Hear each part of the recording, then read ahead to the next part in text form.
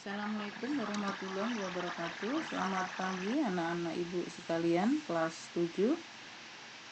Sebelumnya perkenalkan, nama ibu Minu Karmini, biasa dipanggil dengan ibu Minu. Ibu biasa mengajar mata pelajaran IPS, tapi pada pagi hari ini ibu akan menyampaikan materi masa MPLS atau masa pengenalan lingkungan sekolah. Yang pertama yaitu panduan sekolah ramah anak. Kita akan membahas sekolah ramah anak itu seperti apa, prinsipnya seperti apa, kemudian komponen-komponen yang ada di dalamnya itu siapa saja, dan harapan yang akan dicapai itu seperti apa idealnya untuk menuju sekolah ramah anak. Mohon diperhatikan tiap-tiap slide yang akan Ibu sampaikan. Untuk selanjutnya, materi slide pertama adalah definisi sekolah ramah anak. Sekolah ramah anak adalah satuan pendidikan yang aman, bersih, sehat, peduli, dan berbudaya lingkungan hidup yang mampu menjamin hak-hak anak serta mendukung partisipasi anak dalam dunia pendidikan. Di sini jelas menjamin hak-hak anak biar kalian nyaman belajar, tetapi kalian juga harus ada kata kuncinya, berpartisipasi, sehingga kita sama-sama terintegrasi dalam satu kesatuan untuk menuju kesuksesan belajar kalian. Jadi take and give ya anak-anak ya. Sehingga sekolah ramah anak merupakan salah satu indikator dalam pengembangan kabupaten atau kota layak anak. Kalau semua sekolah sudah ramah anak, maka akan menjadi kota layak anak yang untuk mengembangkan kemampuan potensi semua anak-anak di dalam wilayah tersebut. Oke, untuk selanjutnya kita bahas prinsip-prinsip sekolah ramah anak. Yang pertama adalah non-diskriminasi. Apa itu artinya non-diskriminasi? Artinya, sekolah menjamin kesempatan setiap anak untuk menikmati hak anak, untuk pendidikan tanpa diskriminasi berdasarkan disabilitas, jenis kelamin atau gender, suku bangsa, agama, ataupun latar belakang orang tua kalian. Yang berikutnya, kepentingan terbaik bagi anak, yaitu senantiasa menjadi pertimbangan utama dalam semua keputusan dan tindakan yang diambil oleh pengelola dan penyelenggara pendidikan terkait dengan anak didik. Jadi yang akan diambil keputusan pengembangan SMP Negeri 39 adalah berdasarkan kepentingan anak didik. Jadi untuk kemajuan anak didik semuanya. Yang ketiga adalah hidup dan kelangsungan hidup, yaitu menciptakan lingkungan yang menghormati martabat anak dan menjamin pengembangan holistik dan terintegrasi setiap anak.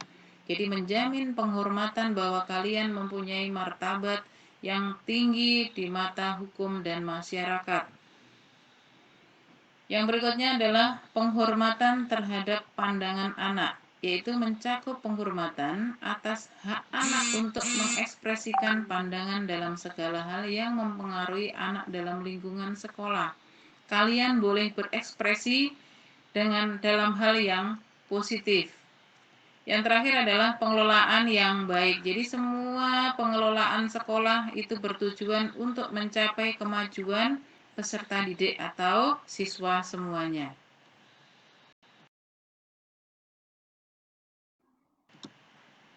Oke, materi selanjutnya adalah komponen sekolah ramah anak. Di situ ada 6 komponen, kalian bisa baca sendiri. Baik, Ibu jelaskan satu persatu. Komponen yang pertama adalah kebijakan sekolah ramah anak. Maksudnya apa itu, Nak? Bahwa kebijakan yang diambil oleh sekolah adalah kebijakan yang akan memberikan pelayanan atau memberikan fasilitas di mana sekolah ramah anak itu bisa terwujud, baik berupa kebijakan peserta didik, pendidik, maupun tenaga kependidikannya. Yang berikutnya, yang kedua adalah pelaksanaan proses pembelajaran yang ramah anak. Itu yang seperti apa? Ya, proses pembelajaran yang tidak membeda-bedakan gender, non-diskriminatif, kemudian peserta didik diberikan kesempatan bermain, diberikan kesempatan istirahat, kemudian menerapkan pembiasaan yang peduli dan berbudaya lingkungan, dan semua hal yang sudah akan dibuat konsepnya untuk menuju sekolah ramah anak tanpa dipengaruhi hal-hal yang negatif, kemudian bebas dari pornografi, kekerasan, radikalisme, dan SARA. Gitu. Kemudian pendidik dan tenaga kependidikan yang terlatih itu merupakan hak anak juga, agar kalian bisa terlayani dengan baik, baik oleh guru, guru BK, petugas perpus, tata usaha, petugas keamanan, komite sekolah, semua terintegrasi untuk menciptakan kondisi dan situasi di mana sekolah menunjukkan sekolah ramah anak. Kemudian sarana dan prasarana. Yang seperti apa? Yang persyaratannya minimal menjaga keselamatan kalian kokoh, kuat, stabil, tidak mudah roboh, tidak ada hal-hal atau sarana prasarana lingkungan sekolah yang kira-kira bisa membahayakan kalian, sehat, bersih, cahayanya cukup, seperti itu ya Nak ya. Ya. Kemudian partisipasi ini anak. Nah, ini penting. Kalian juga harus berpartisipasi. Semua yang sudah disediakan oleh sekolah pada saat nanti kalian sudah belajar di sekolah, kalian harus punya andil atau partisipasi dalam bentuk menjaga, merawat, dan kalian juga melatih diri kalian dalam program ekstrakurikuler dan sebagainya.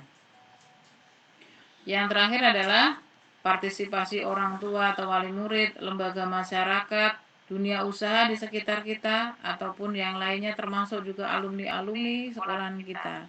Semua yang terlibat di dalamnya ini, lembaga-lembaga tersebut selalu berkoordinasi, terintegrasi atau bekerja sama untuk menjaga keamanan, keselamatan, kenyamanan peserta didik atau murid dalam memastikan bahwa sekolah ramah anak di lingkungan kita berjalan dengan baik.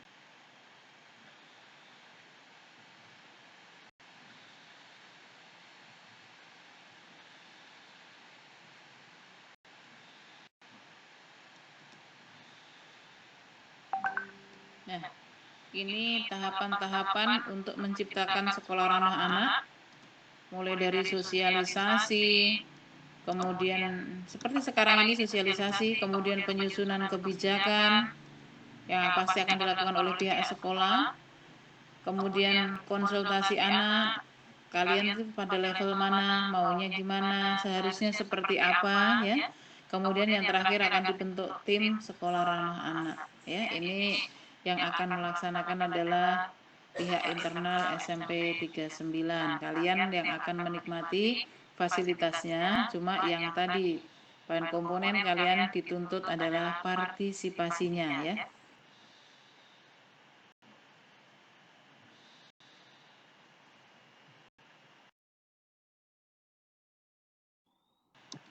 Nah, dari semua materi tadi di atas, sebetulnya apa sih yang pengen diharapkan ada di sekolah ramah anak di SMP Negeri 39 Kota Bekasi? Nah, harapannya adalah yang pertama, terwujudnya sekolah yang aman dan menyenangkan bagi peserta didik karena bebas dari kekerasan antar peserta didik maupun kekerasan yang dilakukan oleh pendidik dan tenaga kependidikan. Yang kedua adalah terbentuknya perilaku pendidik dan tenaga kependidikan yang berperspektif ya. Jadi yang menyenangkan buat anak didik semuanya dan menjamin kemajuan anak didik semuanya. Yang berikutnya, untuk meningkatkan partisipasi peserta didik dan proses pembelajaran dan dalam pengambilan keputusan di sekolah. Jadi semuanya akan berpartisipasi demi terwujudnya sekolah ramah anak. Ya, terima kasih atas perhatiannya. Materi kita cukup sekian. Kalian boleh memperdalam materi tersebut dengan browsing di Google atau di internet. Dan untuk selanjutnya mohon dikerjakan tugas berupa 2 soal melalui Google Form yang akan Ibu kirim selanjutnya. Mohon mengingat batas waktu pengumpulannya pada pukul 9 malam atau pukul 21 semuanya harus sudah terkumpul ya. Cara mengumpulkannya ya cukup menjawab di dalam Google Form tersebut, kemudian di-send atau dikirim. Terima kasih. Assalamualaikum warahmatullahi wabarakatuh.